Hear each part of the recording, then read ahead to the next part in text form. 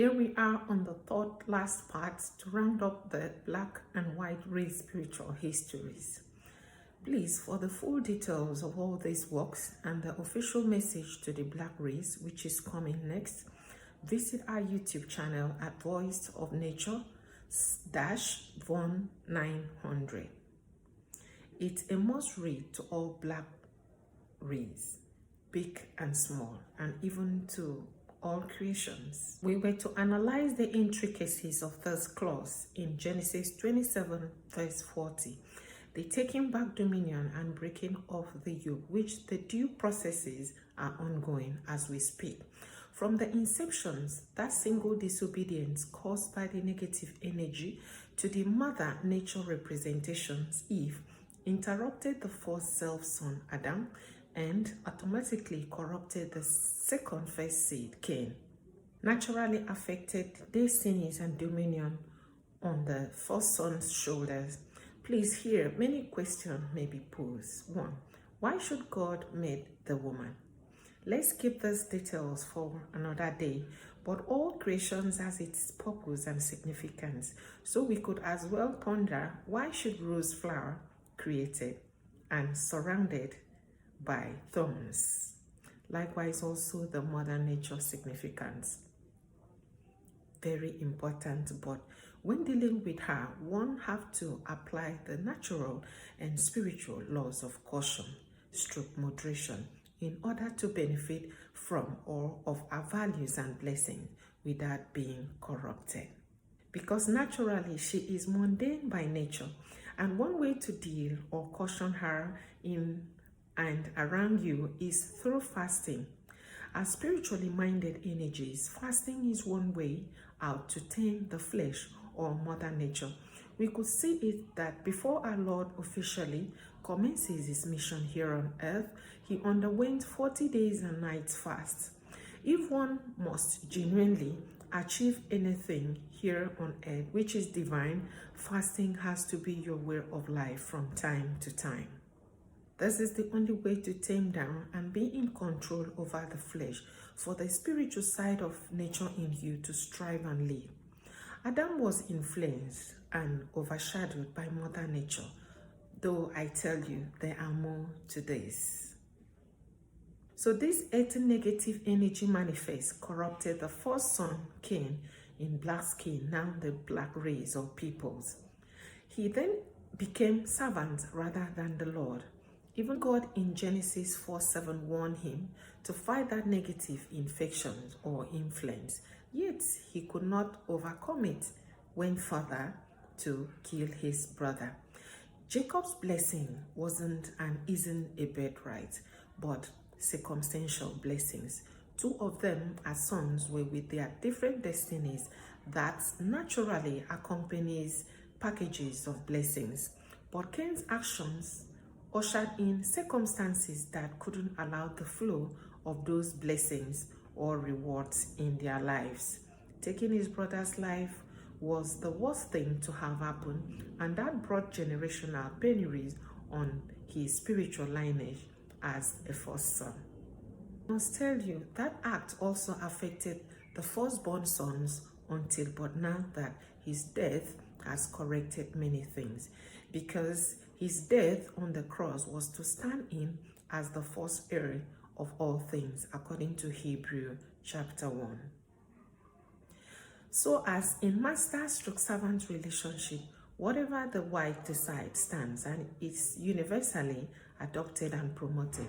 A servant has no say now until he serves well and with nature's mercies to also someday becomes Lord on his own, and then he could negotiate at that level and become a master, totally takes back authorities and mastership and takes his decisions and execute them.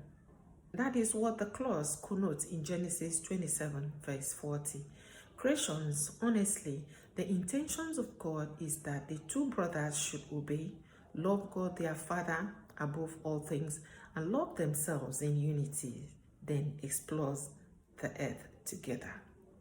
However, lack of true love has robbed us all of peace we deserve. Even as we speak, as both brothers have peace, Even the white race, with all these gifts stroke advancement, has no true peace either, for they neither do not understand what led to what they are and who they are. They are so unconscious to the spiritual phenomena, rather on sciences, so they think and believe. Thinking is by their powers and intellectual properties that made them who they are today. And due to this unconsciousness and negligence towards God, nature also balanced some spiritual arrangements, and they arrogantly crucified God's first self, Jesus our Lord, manifesting through their lineage on the account of his mercy, love, and justice. Their negligence and disposition then gave nature the reason for God to return to his original position, the firstborn son. Cain, now Esau, emerging as Edom. Genesis 36 has clearly identified Esau as Edom and the father of the Edomites.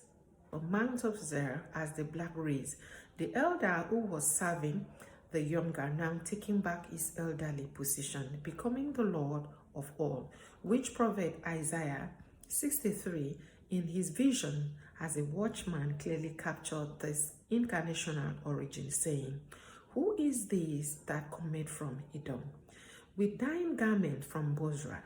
Reading down, you will come by noticeable words. He that speaks in righteousness, mighty to save. If I may ask, who is mighty to save? Only God speaks in righteousness and mighty to save.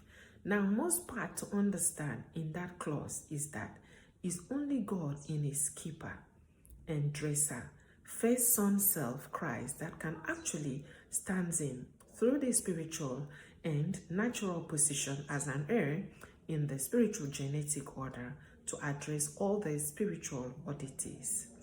It may not be possible and necessary for now to follow the spiritual birth chronological order till date, but from here, the concerns are first, direct self Adam, influenced and corrupted, brought out Cain, the first son, self-corruptible. Abel, the only secured incorruptible, killed. Jacob was secured to be used temporarily till Esau, the first corruptible, is purified. Esau, second first son in the process towards incorruptible. Jesus taking back his first Adamic direct first son self again on long reincarnational processes. The Adamic corruptible body nature as man to achieving back the final incorruptible, just to correct and save the entire corruptible energies stroke the earth at large with a new name now, Jesus, which as such of those processes is captured in Hebrew 7:3. Without father, nor mother, nor descent, having neither beginning of days, nor end of life, but made like unto the Son of God, abided a priest continually. We shall attain to this someday, but brought in to drive home this point of this same first Son self reincarnational true evolution on the same plane of manifests. Now hear this. Hebrew 1 says, "The Son is the radiance of God's glory and the exact representation of his being, sustaining all things by his powerful word, after he had provided purifications of sin." So that is where we are now. He did successfully finish the mission of purifications through reconciliation, which ended on the cross. He then sat down at the right hand of the Majesty in heaven as he got back to his Father. Remember, on his way, something happened. He encountered again Mother Nature, woman. Not to corrupt himself again, he told Mary, not to touch him, that he has not yet ascended unto his Father. St. John Gospel chapter 20, verse 17. That body wasn't an ordinary body anymore, rather an incorruptible body energy. So he became as much superior to the angels, and the name he has inherited is superior to theirs, Christ. So in the spiritual order of things, it's your deeds or works that is valued, not your physical possessions. Behold, it was time for his returning back to the same earth for the next level. Here, Hebrew 1:6 says, and again, notice this word, and again. When God brings his firstborn into the world, he says, let all God's angels worship him. 8 says, but to the Son he says, your throne, O God, will last forever and ever. A scepter of justice will be the scepter of your kingdom. Also Deuteronomy 33:2, and the Lord rose up from Zerah unto them. Mount Zerah is where Edom is situated. To summarily crown the spiritual history records, Daniel clearly saw how his returns and the moment of taking back dominion officially will be like in Daniel 7:13-14. And behold, on my night vision, one like the Son of Man, creation, we shall look into the meaning between these two statements, Son of Man and Son of God, came with the clouds of heaven, also this word, clouds of heaven, and came to the ancients of days, and they brought him near before him, and there was given him dominion and glory and a kingdom that all people, nations, and languages should serve him.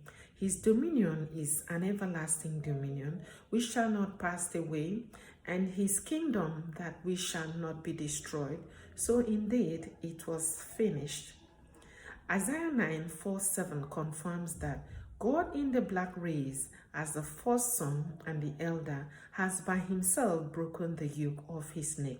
Even said further still in Isaiah 63 that no one was there to help him, yet his own arm achieved salvation for him, and he broke the yoke and took back his dominion with his kingdom, as he hinted us, like I told us previously, that our Lord's focus was on his kingdom.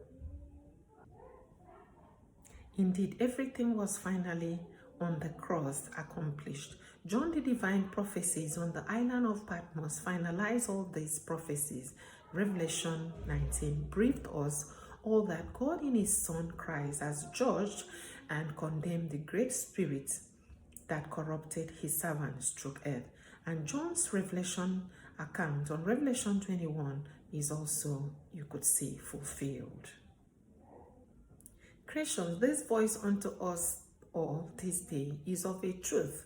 Please share this great news that Christ is here on earth, fully and eternally on his first son self-position with his everlasting kingdom that will never be destroyed, sitting majestically on his eternal judgment throne to amalgamate in love all his races, peoples, kingdoms, and thrones, governments with their powers and authorities, and now eternally raised totally on his shoulders, as the first and only heir to all things, the dresser and keeper of all creations. Now, before we move on, did you notice another mystery in that account of Daniel 7? And they brought him near before him, the ancients of days who were there. Another day's thoughts to share. Creations, permit that I sign out here, returning shortly to deliver the message to the entire black race, after which I have to get back fully onto the mission on natural gifts and endowments. That's the segment that will help us all in one way or the other in practical terms towards availing all hidden mysteries behind our collective and individual destinies. Please bear with me to keep back the scholars' reactions till when necessary. Kindly subscribe or follow, comment, like, and share to support nature in all ramifications.